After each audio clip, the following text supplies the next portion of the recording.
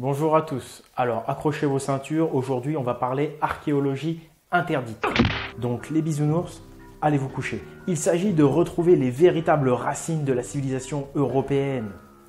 Officiellement, on nous raconte que nos ancêtres natifs européens doivent tout à Rome, qui aurait eu la gentillesse de civiliser ces barbares. Rome qui aurait été influencée par la Grèce, elle-même influencée par l'Égypte. Bref, tout viendrait d'Orient.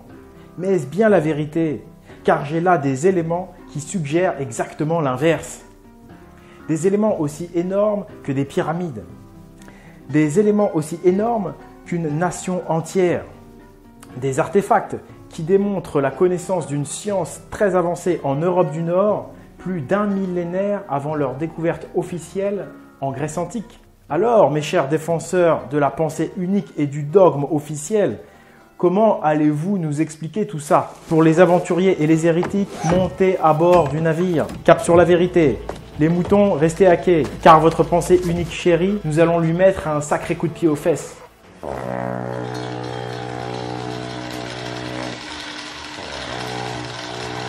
Les vraies racines de l'Europe.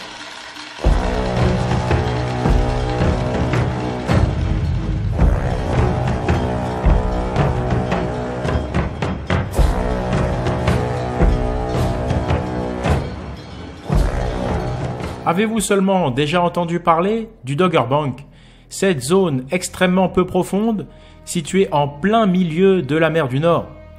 Si peu profonde que par endroits, c'est moins de 10 mètres de fond.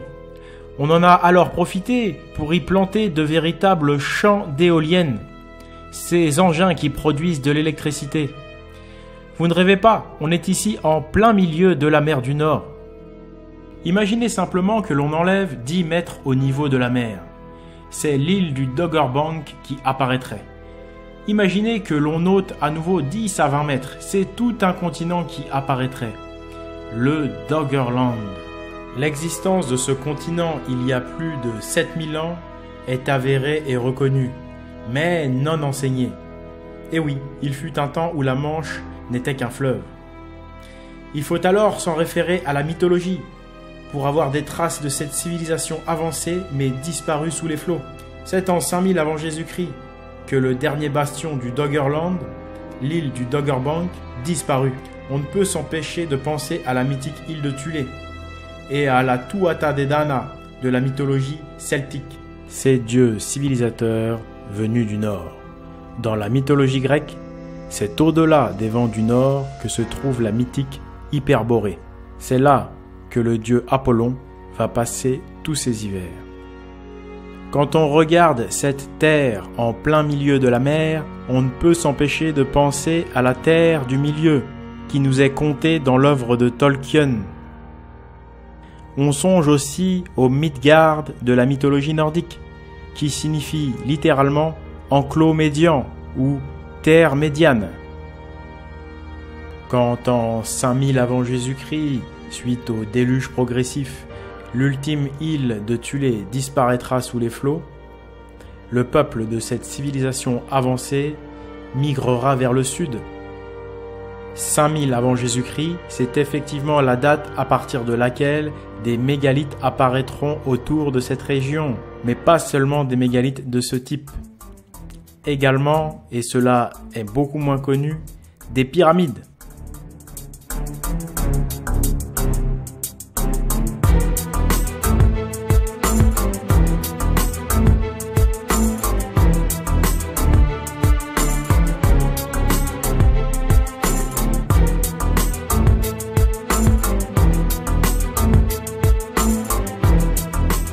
Construite approximativement vers 4000 avant Jésus-Christ, dissimulée sous une couche de terre, la pyramide de Nice eut longtemps des allures de colline qui ne trompaient que les touristes.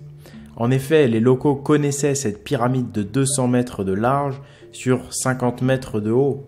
C'est pourquoi ils furent fort surpris lorsqu'à la fin des années 70, les autorités décidèrent de la détruire afin de laisser place à un échangeur autoroutier. Cette œuvre archéologique d'une valeur inestimable, véritable patrimoine de l'humanité, fut alors réduite à être une vulgaire carrière de pierre. sa destruction fut réalisée dans un silence médiatique national assourdissant. Il fut réservé le même sort à la pyramide de Barnénèse en Bretagne, lorsque celle-ci fut vendue à une entreprise de bâtiment comme une vulgaire réserve de cailloux. La population bretonne locale s'étant révoltée, ils sont parvenus à sauver des vestiges de cette ancienne pyramide qui n'en a aujourd'hui plus du tout l'air. Sa datation est d'environ 4500 avant Jésus-Christ. Quant aux 5 pyramides de Visoko en Bosnie, on a longtemps cru qu'il ne s'agissait que de collines. En effet, masquées qu'elles étaient par la végétation, elles ne furent redécouvertes qu'en l'an 2006. C'est tout près de nous. Malheureusement, cette découverte ne fit pas plaisir ni aux archéologues ni aux académiciens qui se sont empressés de la nier. Ne parvenant pas à leur fin, ils n'ont cependant pas communiqué cette information et on attend toujours la première étude. En réalité, ce qui dérange, c'est que ces pyramides mettent à plat tout le dogme de l'histoire officielle qui veut que la civilisation démarrerait au Moyen-Orient. Or, ces pyramides bien plus anciennes prouvent la fausseté de cette théorie. Mais ce n'est pas tout. Des artefacts qui sont autant de preuves scientifiques démontrent la connaissance d'une science avancée bien avant leur découverte officielle. Et ces artefacts ont été retrouvés en Europe du Nord. Prenons par exemple les 5 solides de Platon, officiellement découverts en 400 avant Jésus-Christ en Grèce. Ces 5 solides ont été retrouvés gravés sur des pierres à Aberdeenshire en Écosse et ces pierres sont datées d'au moins 2000 ans avant Platon. Ces 5 solides de Platon, ou plutôt devrait-on dire ces 5 solides d'Écosse, représentent les 5 éléments feu, terre, air, eau et éther, avec le fameux dodécaèdre. D'Écosse, mettons maintenant le cap en Germanie, au pays des Teutons par Teutates. C'est 1600 ans avant Jésus-Christ que le disque de Nebra a été conçu. Cette fameuse pièce en bronze est un véritable testament scientifique. C'est la méthode des anciens pour transmettre le témoignage de leurs connaissances, rien de tel que des pierres ou du bronze, des choses qui durent et qui traversent toutes les époques.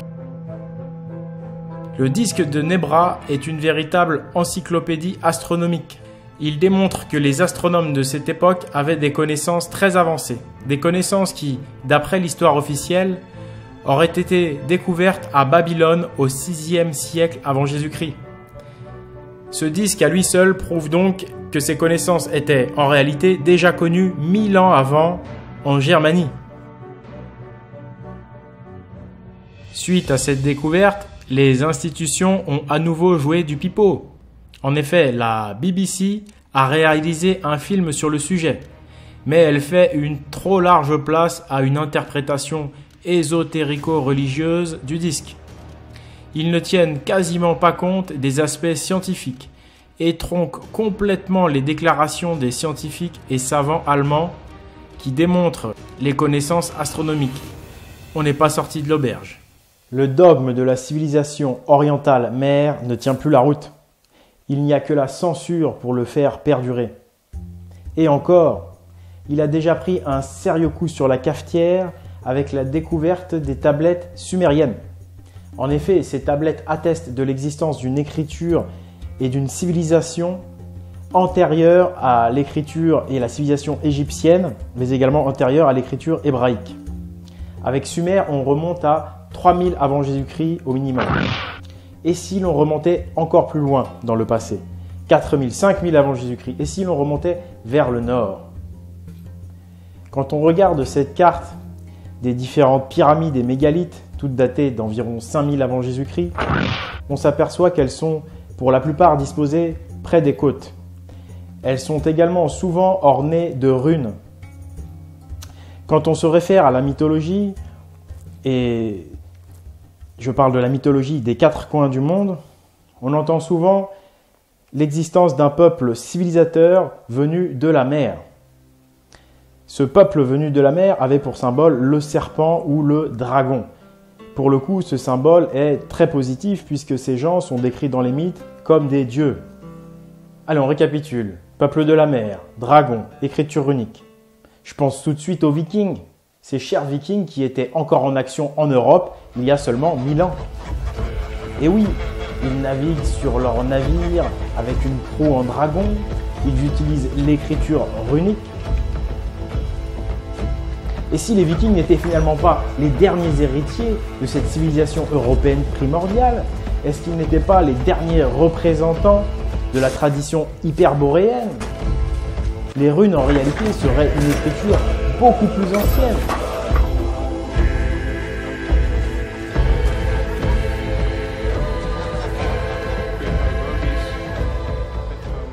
La véritable histoire de l'humanité comporte encore bien des mystères. En effet, l'histoire officielle semble être là uniquement pour nous présenter un paradigme sur lequel le pouvoir en place va s'appuyer pour nous dominer.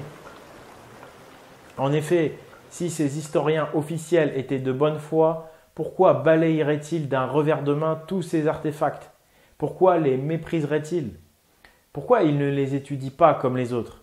Tout simplement parce qu'ils savent que derrière il y a la vérité, et que la vérité n'est pas bonne, la vérité rend libre. Ces gens sont des gardiens du mensonge sur lequel les différents pouvoirs s'appuient depuis des siècles pour nous dominer. C'est ainsi que la culture celtique, la culture viking et européenne ancestrale est méprisée ou diabolisée, parce qu'en elle, il y a les clés de la véritable histoire de l'humanité. On comprend ainsi mieux l'inquisition réalisée par l'Église à l'encontre des païens. Toutes les preuves devaient être écartées. La véritable histoire de l'humanité doit être niée. Aujourd'hui, nous approchons de la vérité, car nous avons accès à nombre d'informations. Notamment, nous commençons à comprendre la véritable nature de l'univers. Nous commençons à comprendre le monde dit divin, avec la bonne clé de lecture des mythes. Et cette compréhension scientifique par rapport à la gravité, l'énergie du vide que certains appellent énergie quantique, tous ces phénomènes qui peuvent expliquer des déluges, qui peuvent expliquer des êtres de taille géante. En effet, la science et la compréhension des anciens mythes nous mènent tout droit à la vérité.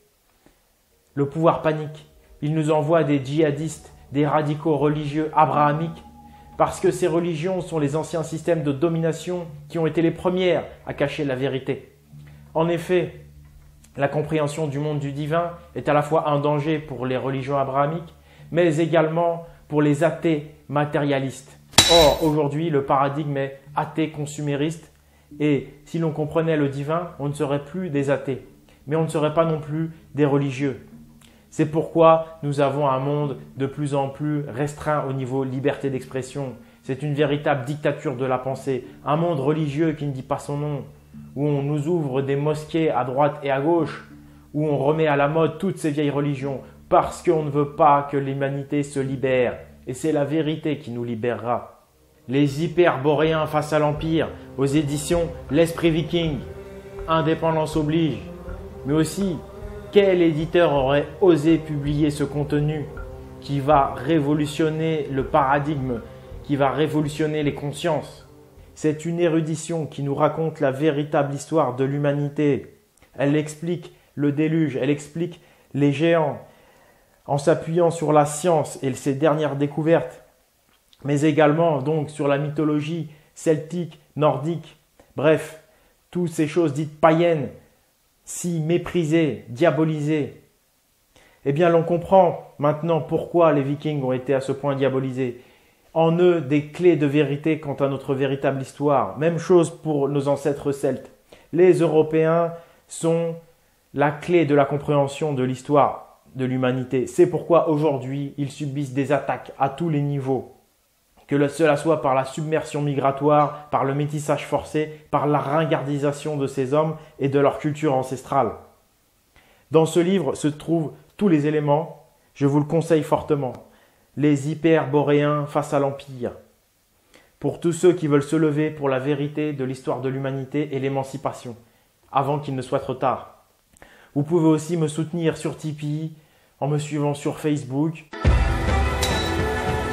Au fait, merci beaucoup. Vous avez déjà été très nombreux à acheter ce livre, ce qui fait que je vais déjà le rééditer Et donc grâce à vous, je vais pouvoir le proposer à seulement 13,19 €, frais de port compris. Et oui, frais de port compris parce que moi, je le vends que par correspondance. Indépendance oblige. Mais maintenant, je vais vous poser une petite question. Pourquoi 13,19 €? Pourquoi 13,19 €? Eh bien, c'est parce qu'il y a un message hermétique. L'hermétisme, c'est un moyen de faire passer des messages également par les chiffres. Et 13,19 €, dans cet ordre-là, ça a une signification. Donc, je vais vous demander de vous creuser un peu la tête, de vous amuser à retrouver la signification. Et donc, je vous invite à laisser votre idée dans les commentaires sur qu'est-ce que ça veut dire 13,19 € et je vous donnerai la réponse la prochaine fois. Donc, merci à tous. Merci à ceux qui m'ont fait confiance. Merci à ceux qui vont encore me faire confiance. Merci de me suivre. Merci beaucoup, vraiment. Soyez vous-même et c'est bien là l'essentiel. Allez, ciao!